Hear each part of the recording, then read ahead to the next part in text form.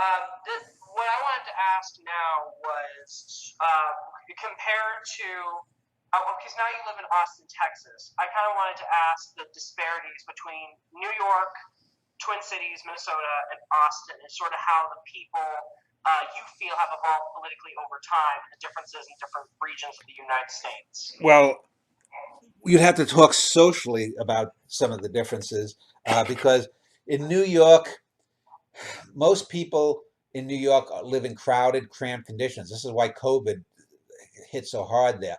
You have attached houses, so you could have people arguing, your neighbors, and you can hear them arguing through the paper thin walls.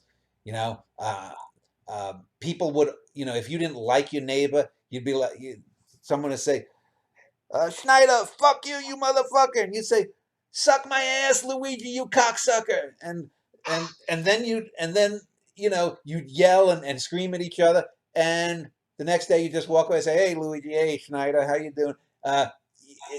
It was just a natural thing. So there was a much more upfront and honest kind of approach to things, even if it was sometimes seemingly barbaric.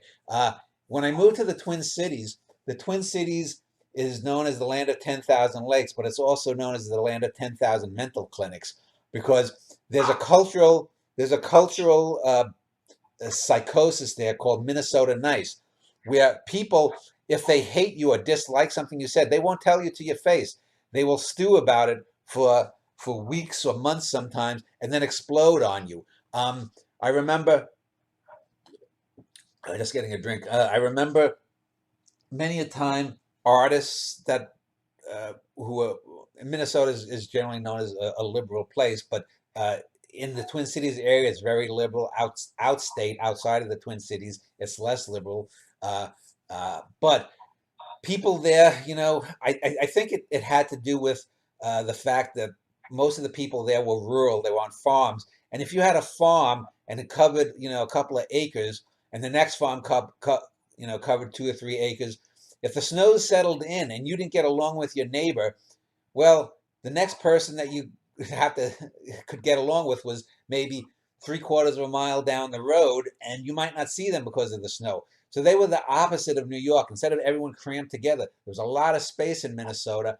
And so people would put on this veneer of being polite, even if they hated your guts. They'd be like, "Ah, Sven, nice to see you," and then they'd mutter away, "That son of a bitch, I hate him. He did something to me 17 years ago. I'll never forgive him. I hope he dies. I hope he dies."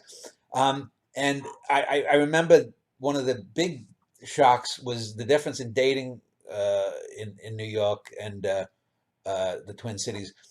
Even in the art scenes, which are liberal. In New York, the last few years before I left, I would go to things. There was a thing called the New Eurekan Poets Cafe. I knew some of the people there, and I'd read there and at some other places. And, I'd go to some underground clubs in the 1980s in Brooklyn. And, there are a few girls I hooked up with here and there.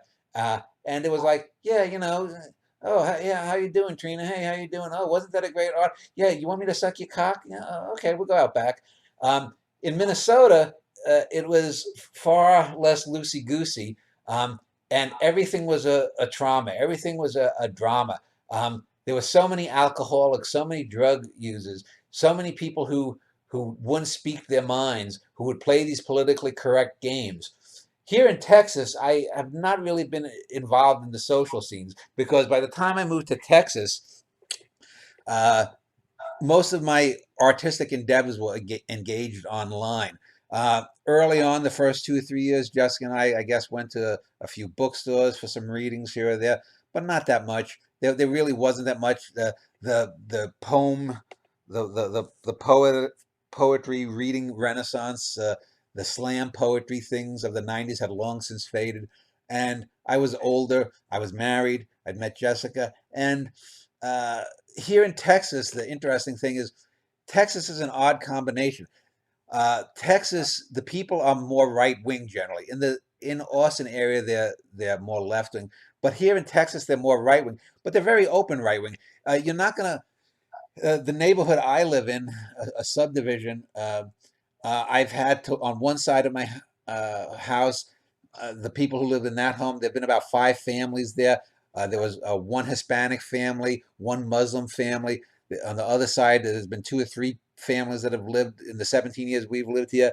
I think one of them might have been Hispanic. We have black people, so it's an integrated neighborhood. Yet on a social level, it's very much with this religion. They're anti-union. They hate labor.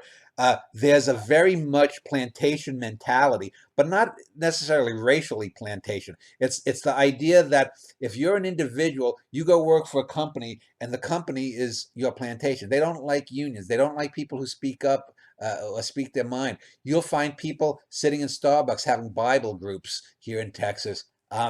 And yet they're very open. They're very friendly. In Minnesota, the people were politically liberal, but they hated people outsiders. Anyone who wasn't born in Minnesota was an intruder, someone to be feared and scorned. Here in Texas, they'll welcome you, but they'll be, well, you're boy, you from New York, right? Yeah, okay. Well, you just don't be getting out of line, son. Don't get out of line, and you fit in fine. And that's really, they are more open-minded socially here in Texas, but politically they're more closed-minded. In Minnesota, they are socially awkward and inhibited, but politically open. And in New York, they're politically open, and there's touches of violence, which are echoed sometimes here in Texas. Texas, they love carrying guns. In New York, it's more gang stuff, or it was when I was growing up. So it's different. So when you talk politically, uh, you have to have that social milieu.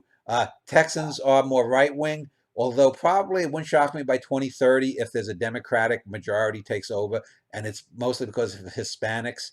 Uh, New Mexico, right next door, is a heavily Democratic state, and 15 years ago or so, when we first moved here, it was on the fence.